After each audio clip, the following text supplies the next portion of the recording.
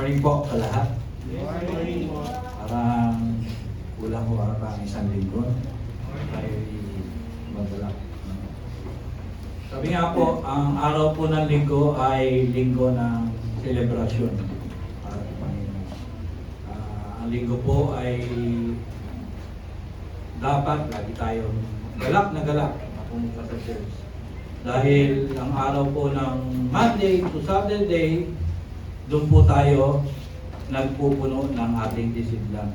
Bagaman talagang dumadaan po tayo sa mga problema, no?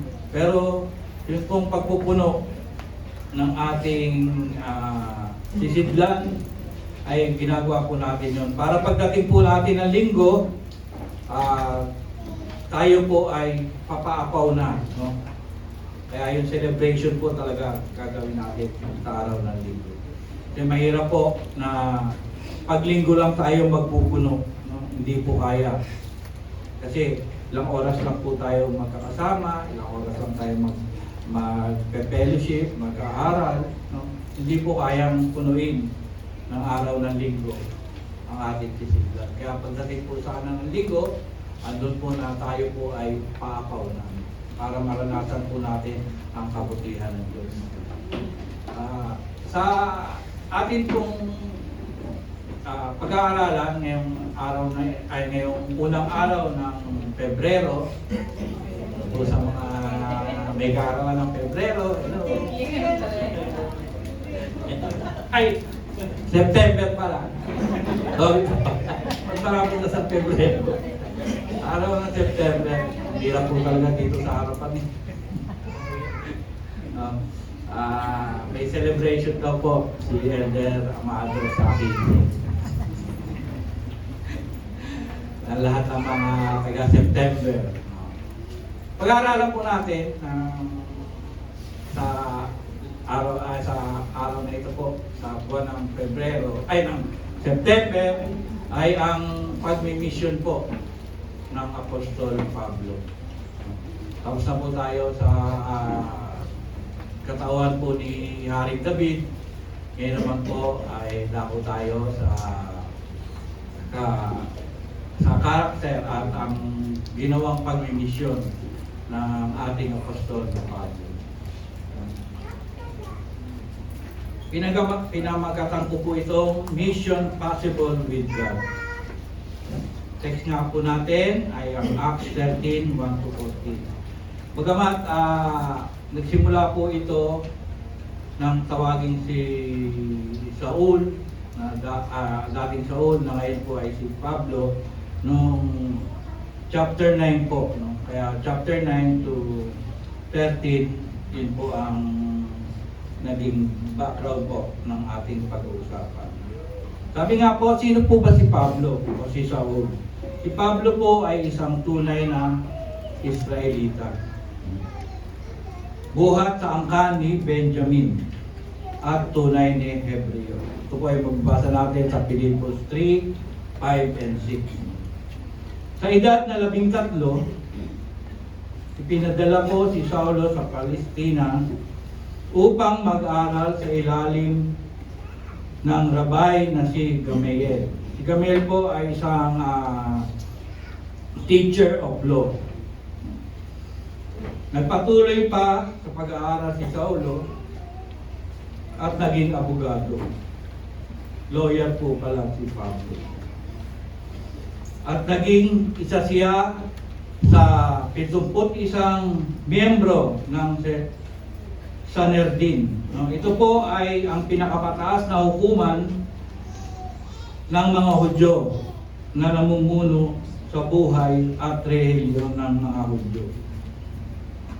Kaya ganun po ang background ng Apostol Pablo. Siya po ay talagang nag-aral, nagsunog ng kilay para sa law, no? Sa Moises law. No? Kaya alam niya po yun. Kaya siya po ay talagang galit na galit. No? Talaga siya po ay ang nag-uusig sa mga Kristiyano ng mga panahon na yun. Dahil alam niya po ang relihiyon niya na Judaism. No? Na talagang parang ano siya, die hard. Kumbaga sa mga yung mga ibang, yung ating pinanggalingan, yung Katoliko na sabi, sarado, kandado. No? Hindi ako alis dito. Bagamat, sabi nga sa Gawa 8:3, no, dito po makita natin, no, sinikap ni Saulo na wasakin ang iglesia ng Diyos. Pinasok niya ang mga bahay-bahay at kanyang kinaladkad at binilanggo ang mga sumasampalataya kay Kristo, maging babae man o lalaki. Kaya si Pablo po ay binansagan na isang reliyosong terorista. Ganon po kabigat ang pagkatao ng ating Apostol Pablo. Pero sabi nga po, kagaya natin, nang makilala natin ang Panginoon sa Kristo, tayo po ay binago. Ganon din po Apostol Pablo. Yung kanyang, ang sinasabi ng way to Damascus, doon niya po na-meet ang ating Panginoon sa Kristo. No? Tinawag siya, Saul, Saul, bakit mo ako inuusip? Kaya doon po na-born again ang Apostol Pablo. Doon po nagsimula na ma-born again ang Apostol Pablo. Sa Acts 9:1 nga, 9 nga po at 1, doon po yung sinasabing road to Damascus. Tayo po dito, dadapot si Saul ay sumisilakbo pa ng mga pagbabanta at pagpatay laban sa mga alagad ng Panginoon, ay naparoon ang dakilang saserdote at humingi sa kanya ng mga sulat sa Damascus sa mga sinagoga upang kung siya ay masampuan ng sino man mga nasa daan, maging mga lalaki man o babae, kanya silang madalang gapusin sa Jerusalem. Ganun po talaga, no? Talagang andun po ang pagpupursige niya talaga, nalipunin lahat ang mga born again, ang mga Kristiyano ng mga panahon na yun. Bagamat, andun na nga po yung kanyang conversion, na born again siya, nagbago po lahat, siya po ay sumunod sa utos ng Panginoon. Kaya po sa conversion, andun po yung kanyang training. Hindi po, nung na-convert siya, nag-share na kagad siya ng gospel. Hindi po. Bagamat, meron po siyang background sa Moises Law, bago na po, no? Yung na-born again siya, siyempre si Kristo na ang kanyang i-share. Kaya from chapter 9 to chapter 13, 11 years po ang training niya sa kanyang first missionary journey. No? Sabi nga, he do the training. No? He spent time studying para mag-minister sa mga Hintil. Sa mga panahon po ngayon, pagka hindi po kayo Hudyo, pagka Hudyo po kayo, doon lang, sabi nga po, yan ang chosen people, pero binuksan po ng Panginoong Diyos na pati ang mga Hintil, tayo po lahat, Hintil, dahil hindi naman po tayo Hudyo, basta hindi po Hudyo, Hintil ang tawag ng mga panahon na yun, ay doon po nagministeryo ang ating Apostol Pablo. Kaya po napanggit ko na nag-aral po siya kay Gamaliel. No? Siya po ay knowledge ng Jewish law. Gamaliel din po, bagamat siya po ay Hudyo, dependent din po siya ng mga apostol. Mababasa po natin sa Acts 5:34, no? Na gustong patayin ang mga apostol, no? Dahil sa patuloy nga po na ipinababahagi ang kabutihan ng Panginoong Hesus, pero andun po si Gamaliel para siya po ang maging mamagitan sa mga saserdote at sa mga apostol. Kaya hindi po totoo yung sabi nga ni Pastor Ay sa akin, hindi totoo yung leading by the Holy Spirit para tayo mag-share ng gospel. Talagang kailangan po dumaan tayo sa training. No? Sabi nga, kagaya ko po, lagi pong dumadaan sa training simula nung ako po ay tumayo rito. Lagi po kami nagkikita ni Pastor Ay gabi-gabi. Andun po yung training ko talaga na sabi niya, madalas na tayong magkikita dahil na itatalaga ka na bilang yun na nga po, sabi ko naman sa kanya, Pastor, okay na po ako na maging miyembro lang. Kasi nakikita ko naman po yung respeto ng bawat isa po ng ating mga kapatid. Okay na po ako doon. Kaya lang po, sabi nga ni Elder Amado, wala po tayong katwiran kay Pastor. Sabi niya, ang Diyos ang tumawag sa iyo. Eh ano pa po ba isasagot ko? Wala nga sabihin ko, hindi naman ako tinawag eh. Kaya ganun po, training talagang marami naman po akong natututunan kay Pastor Ay. Talaga pong nakaka-bless po. No? Kasi doon sa pagitan ng na-born again po ako ng 1997. Huwag nyo na pong bilangin kung ilang taon na po. At hanggang ngayon po, talagang yung parang training na rin po yun. No? Bagamat nung unang mga panahon, okay lang, sama-sama lang, no? Assistant ng pastor, okay na ako nun sa gano'n eh. No? Pero habang dumadaan po tayo sa training, sa dami po ng pinagdaanan nating mga pag-aaral, salita ng Diyos, awa ng Diyos na kami pumapasok, no? Papasok sa puso, ay sa isip, tumutuloy sa puso. No? Napaka-bless po. No?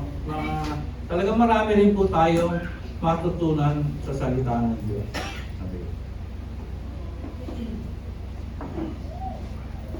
Then after ng training po ni Pablo, ando na po yung kanyang pag-travel. No?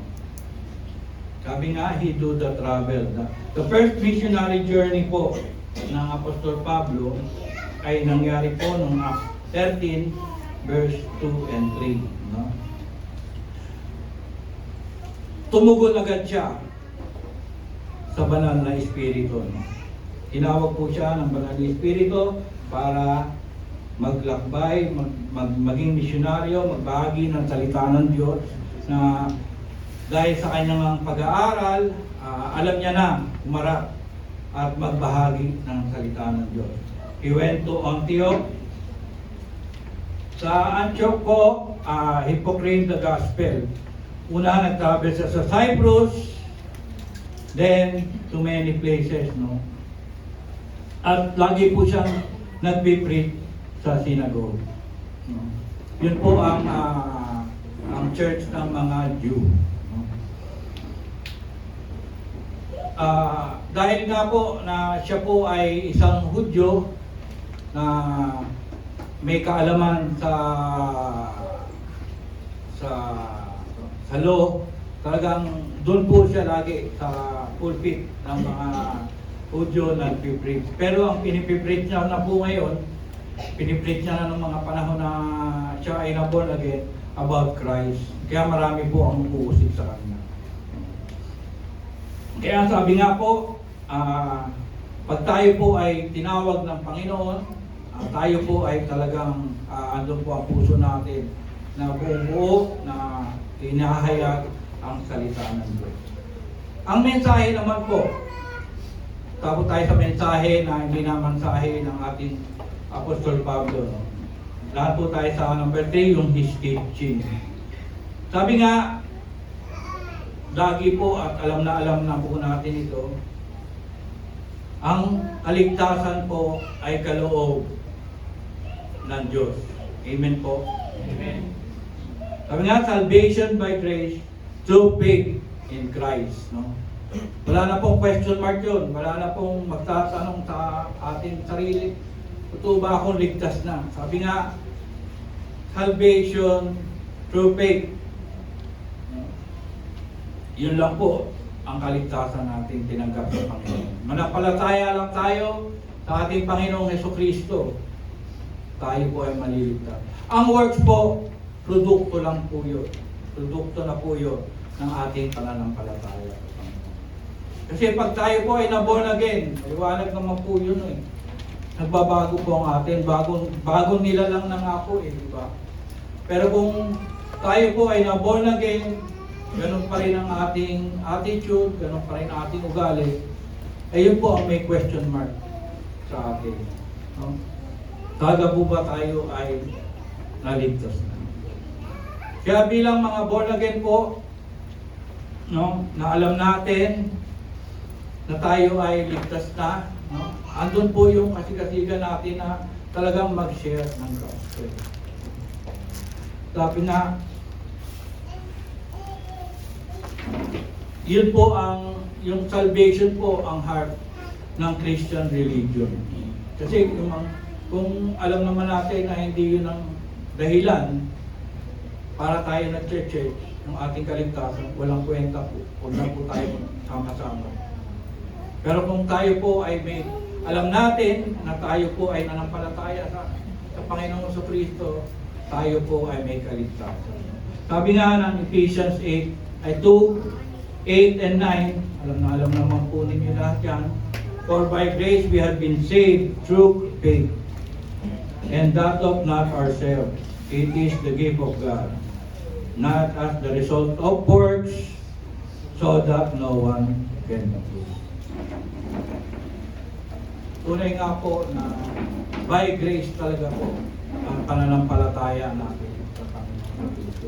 Yun po ang teaching ng ating Apostol Pablo nang makilala niya ang Panginoon Kristo. Kahit na nga po ang grace na yun ay undeserved natin, dito po, hindi naman po tayo deserve sa grace ng Panginoon, pero dahil sa ating pananampalataya, naranasan po natin ang grace ng ating Panginoon. Hindi dahil po sa ating gawa, tandaan niyo po, hindi dahil po sa inyong mga ginagawa, no? Tayo ay may kaligtasan. Sabi nga, at kung iyon ang dahil sa kanyang kagandahang loob, maliwanag na iyon ay hindi dahil sa gawa. Sapagkat kung ang ginawa ng tao ay siyang batayan, hindi na iyon masasabing kagandahan loob. Romans 11:6. Sabi nga po, ang heart po ng Bible ay yung John 3:16. Gaya na lamang ang pag-ibig ng Diyos sa sanlibutan. Binigay niya ang bugtong na anak, at sino man ang sumampalataya ay maliligtas. Napakabuti po talaga ng Diyos. Alam naman ng Diyos na hindi tayo makakabot sa panuntunan ng Ama, no? Kaya siya na rin po ang gumawa ng paraan para tayo po ay magkaroon ng kaligtasan. Ito po ang laman ng mensahe natin na dapat nating ibahagi. Ang salita ng Diyos. Ito po ang good news. Bagamat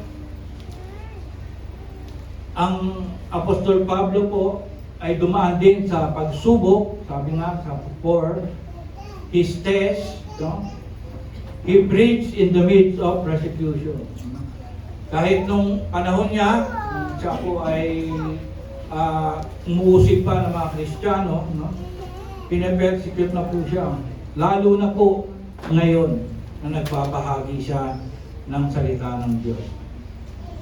Siya po inuusig kahit man po si Barnabas at si John Mark na assistant nila, inuusig po siya kasi alam nila na si Apostol Pablo ay mamamatay ng mga Kristiyano, hindi sila naniniwala na apostol na siya. Pero sa daan nga po ng Damascus, ibinalita na kinausap ng Panginoon si Pablo.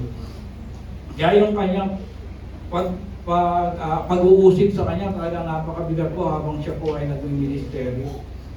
Walang naniniwala dahil alam na nga ng mga tao na siya po ay umuusig ng mga Kristiyano. Pero hindi po siya nangayaw. Kahit po ganon ang tingin sa kanya ng mga tao, patuloy lang po siya sa pag-share ng gospel. Ganon po katindi ang pagbaliktad ng Apostol Pablo, no? From pag-uusig ng mga Kristiyano hanggang sa pag-uusig ng hindi Kristiyano, no? Dahil nga po pagbaliktad niya sa kanyang ginagawa noon. Ano naman po ang kanyang katagumpayan, no? Habang siya po ay nagbalik loob na sa Panginoon, sabi nga sa huli ay his triumph. Dahil po ang Apostol Pablo ay tunay na naranasan niya ang kabutihan ng Diyos, no? Naging buhay niya na si Kristo. Tayo po, buhay na po ba natin ang Panginoon sa Kristo? Tayo po ay naglalakbay araw-araw. Nararanasan po ba natin na kasama natin ang Diyos? Napakasarap po sa buhay yun. Laging, kahit anong problema mo, pagka naisip mo ang Panginoon, mahal ako ng Diyos, hindi ako pababayaan. Lagi tayo na gano'n. No? No matter what, sabi ni Apostol Pablo, Christ is content. Sino po ba nagbablock dyan? Mas maganda pong i-bless natin ang Panginoon sa Kristo. Yun po ating content. No? Ang kabutihan at ang ginagawa sa atin ng ating Panginoon sa Kristo. He knows the triumph of Christ. Alam niya ang katagumpayan ay nakay Kristo lang. When he preached the death and the resurrection and the lordship of Christ, yun po ang katagumpayan natin. Dahil po ang kamatayan at ang resurrection ng ating Panginoon, yun po ang katagumpayan ng bawat born again. Kasi kung hindi po nabuhay muli ang Panginoon sa Kristo, wala po tayong tagumpay. At higit sa lahat po, yung tema na sinasabi niya na in Christ. No? Sabi nga doon sa Philippians 1:21, no? Sapagkat para sa akin, si Kristo ang aking buhay. At kahit kamatayan ay pakinabang. Lagi niya, yun po ang parang magandang isa puso po natin na in Christ, kung sa Panginoon po tayo mabubuhay, mas okay. Pero kung tayo mamamatay, mas okay din kasi kasama na natin ang Panginoon sa Kristo. Tsaka ang higit sa lahat po, para sa katagumpayan ng Panginoon, ay ng Apostol Pablo, yung impact of the cross in the life of Paul. Yung cross na to. Tutusin po talagang napakabuti po ng Diyos dito sa cross na to. Sabi sa Galatians 2:20. Di po, basa tayo. Galatians 2:20.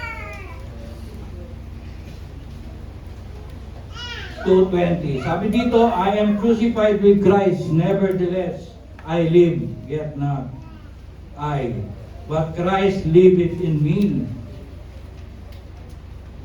And the life which I now live is the flesh that I live by the faith of the Son of God, who loves me and gave Himself to me. No? Dahil nga po sa kabutihan ng Diyos, binigay ng kanyang bugtong na anak ang kanyang buhay para sa ating kaligtasan.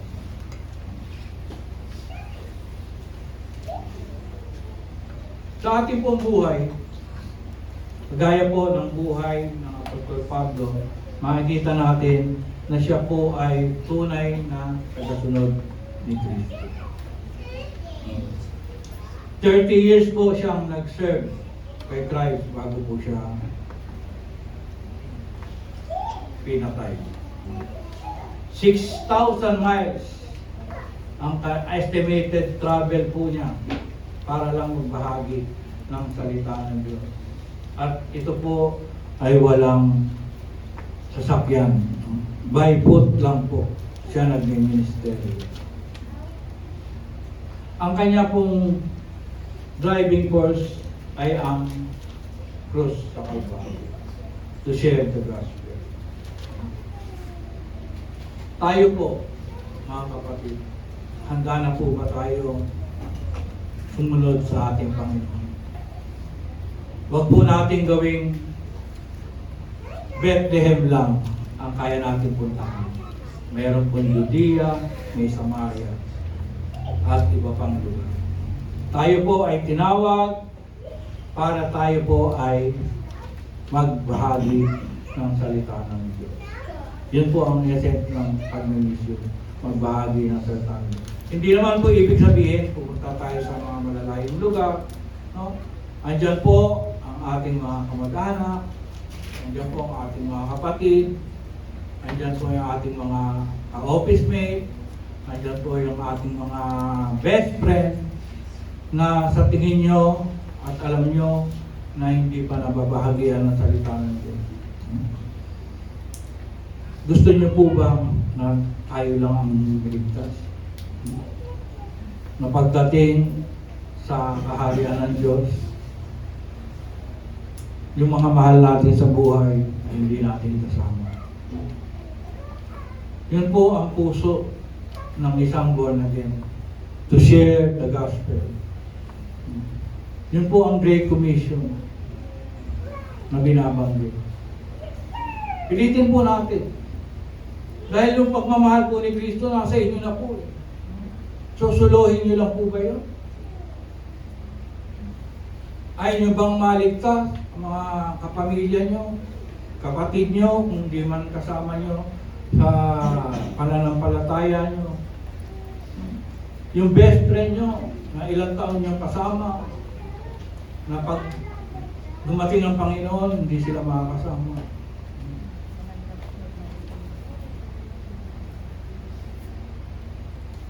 Minahal tayo ng Panginoon. I-share po natin yung pagmamahal niyo. Oo nga po, minsan, ang hirap po mag-share, lalo na po sa kamag-anak, kapatid mo, na alam nito yung ugali mo, parang si Pablo, na mag-uusig. Parang nung panahon, mag-uusig ka rin sa mga kapatid mo, at bigla ka nagbago, na born again ka, nakita nga ba po ang pagbabago? Kailangan makita po, patotoo yun. Pero kung hindi nagbago, mahirapan po talaga tayo mag-share. Pero kung nagbago po tayo, nagiging patotoo po natin yun sa mga taong mga malalapit sa ating buhay. Pilitin po natin. Mas maganda nga po pag nag-mission ang pastor, sila Kilani, ilan lang sila. Parang family day, lahat tayo mag-mission. Diba mas masaya po yun? Kaya sa family day, lahat tayo magkakasama. Pero pag may mission, isang grupo lang. Ang resources po, hindi natin problema yun. Andyan po ang Diyos. Lahat ng resources, kayang ibigay ng Diyos sa atin. Amen po? Amen. Kaya lang yung pagtugon lang po, ang hinihintay ng Panginoon sa atin. Kaya sa umagang ito po, sana po mabuksan na po ang ating mga puso sa sinasabi nga at inuutos sa atin ng Panginoon. Go and preach the gospel. Buti po ng Panginoon sa atin hanggang ngayon. Andito po tayo, nagsasama-sama. Pero yung nakakasakit po sa puso na meron pong mga naiiwan. Meron pong makakalimutan na ang bilis-bilis naman sabihin, pati mahal ka ng Panginoon. Yun lang po, mahal ka ng Panginoon, magre-rema sa kanila yun, mahal nga pala po ng Panginoon. Then, tuloy-tuloy na po. Makita talaga sa ating buhay na meron tayong binago. Madali po tayong kaluluwa. Kasi kung wala po tayong binago, wala po tayong makikaya sa Diyos. Pero alam ko naman po, lalo na sa ating dito, marami na po na tayong binagong buhay. Isipin niyo po, magpakabigat po talaga yun na tayo lang ang nag-enjoy, tayo lang ang nakakatanggap ng kabutihan. I-share din po natin. Sabi nga ng Apostol Pablo sa Romans 15:20-21, dito po ako tatapos. Ang hangad ko ay pangaral ito sa mga lugar na wala pang alam tungkol kay Kristo, upang hindi ako magtayo sa pundasyon ng iba. Subalit tulad ng nasusulat, makakakilala ang hindi pa nakakabalita tungkol sa Kanya. Makakaunawa ang hindi pa nakakarinig tungkol sa Kanya. Sa umaga pong ito, tayo po ay patuloy na maglingkod sa Panginoon. At alam po ng Diyos ang puso natin. Tayo po ay magbahagi. Marami pong salamat sa umagang ito. Sa Diyos po ako.